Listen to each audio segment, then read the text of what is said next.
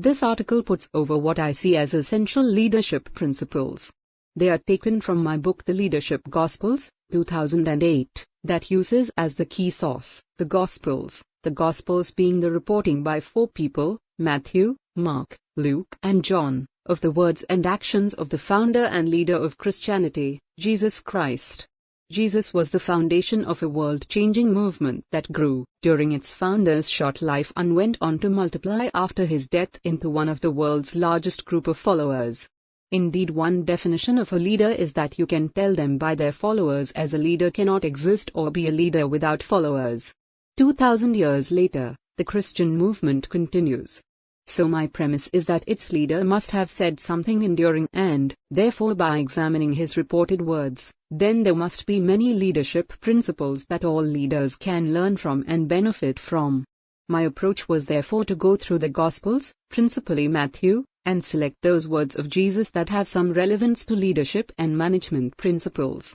Next, the leadership principles were extracted. These are identified below.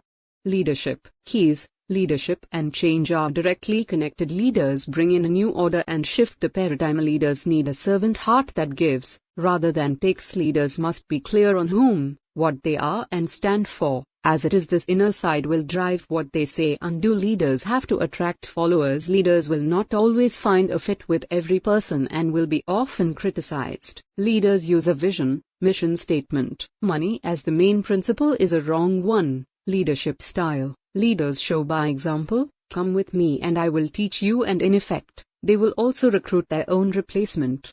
Leaders have a bold and decisive presence. They practice walking in front and literally will pull and lead people. They will not be a bully that forces people, or be one who pushes and kicks from behind. Leaders correct mistakes with people one-on-one. If the mistakes cannot be rectified, then they need to go public. If it still cannot be rectified, then they will need to treat the person as not being a part of the team. Leaders use strong and direct communication and say it like they see it. This means accepting that inevitably, some will think they are being rude. To communicate the most effectively, face-to-face contact is needed, as it is body language that really communicates. Eye contact is the most revealing part of body language.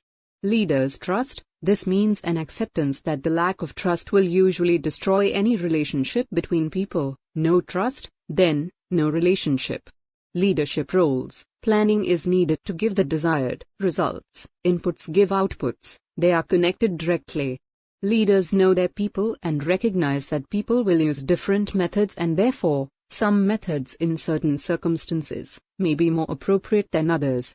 Leaders select the appropriate number of people for the team. Leaders give clear directions to the team. Leaders need to give power and authority to the leadership team. Followers need motivating to do things, and when people are motivated with a compulsive internal drive, they can be unstoppable, as the only motivation that will ever last is one that satisfies a core internally held value, belief.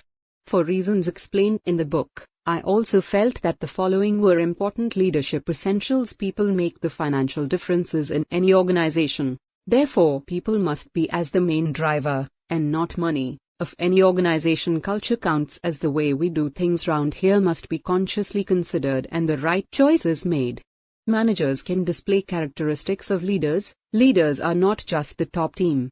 Leaders need followers who may be managers, but then these managers will need to lead their own people, and will be seen by their people as a leader, and so it is passed on. In the book I have added my own words to amplify these principles. This amplification examines what needs to be done and how it can be done. It shows how to roll down the principles into current management applications so that these principles can then be readily applied in business and organizational practices.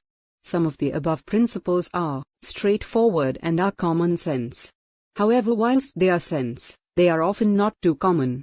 Additionally, many of them are quite challenging. The servant heart one was interesting, and I speculate that there are many people who, whilst having a leader job title, will not actually see their role in this way. This may be due to the current role confusion between leaders and managers. For example, the job title team leader is commonly used, yet we rarely find titles of team managers or team supervisors. Additionally, We can find that some former supervisor titles have been changed to become team leaders, as this is more sexy and sound better. The current outworking when using either a leader or a manager title is more towards making the leader as being the best one, the superior one, and the one that has the higher status. Maybe, however, a servant heart is perhaps not one that is seen as sexy or deserving status in many organizations. All written by Stuart Emmett. After spending over 30 years in commercial private sector service industries, working in the UK and in Nigeria, I then moved into training. This was associated with the, then, Institute of Logistics and Distribution Management, now the Chartered Institute of Logistics and Transport. After being a director of training for 9 years, I then chose to become a freelance independent mentor, coach, trainer, and consultant. This built on my past operational and strategic experience and my particular interest in the people issues of management processes. Link for the blog: http://www.learnandchange.com/freestuff_23.html Note: Stuart Emmett cooperated with our very own Vivek Sood to co-write the book Green Supply Chains, an Action Manifesto.